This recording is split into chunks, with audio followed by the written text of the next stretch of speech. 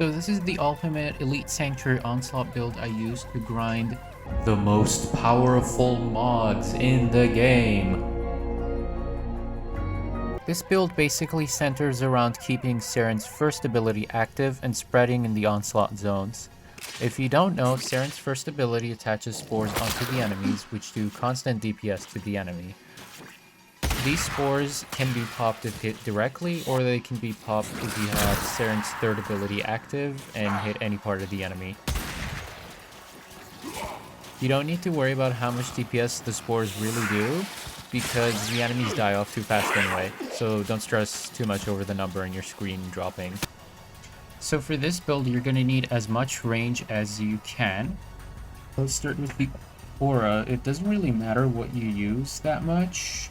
I just like to use the increased armor aura, give everyone in the squad increased armor, and myself. The Toxic Flight Ignis mod is just there so I move around faster. I tend to center this build around movement more than tankiness. And you got Arcane Guardian over here giving me extra armor. You got Arcane Agility giving me extra movement when I get hit. Again, these are not too necessary if you don't have them right now. Let's go with the necessary mods. So Vitality, you need extra health because Saryn has a good amount of health. So increase that. You're gonna need as much range as you can, like I said. So the stretch mod is over here, and so is overextended.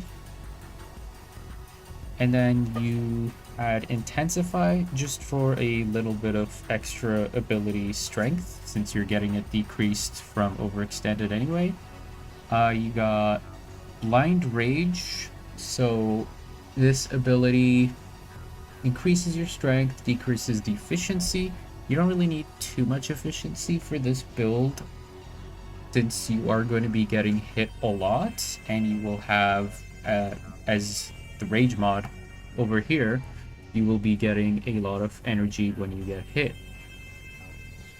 And you got Transient Fortitude, more strength, less duration, and you got Regenerative Molt. This is like supposed to be the one ability that heals you when you get hit.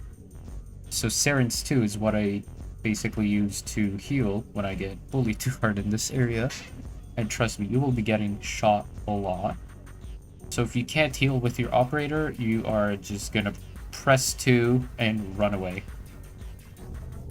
So the duration, it doesn't really matter what your duration is too much. The only thing your duration really buffs in this build is your third ability, which you can just refresh because it's long enough.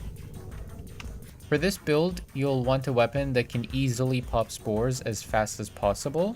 So the Ignis seems to be a no-brainer for this because of its range, punch through, and the consistent fire rate it has.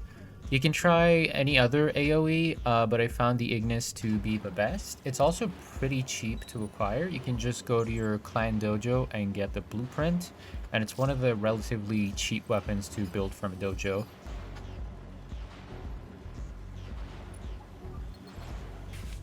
So for the Ignis, you can use normal serration or amalgam serration. Just increase damage, increase multi-shot with split chamber, increase damage again with heavy caliber.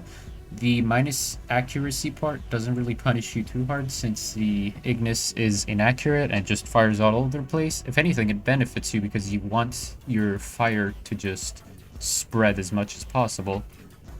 And I just give this build increased cold because I want viral damage, and I put toxic here. I want viral damage on my Ignis Wraith to really just punish the enemies all over. You got more multi-shot with Vigilant Ornaments. You got Mulligan Force, more Toxin, and then more cold statuses. So these don't really matter too much, like I said. Your ability is the main thing killing the enemies anyway. So having really like any build with a whole bunch of range also works. Your Ignis is just there to pop spores.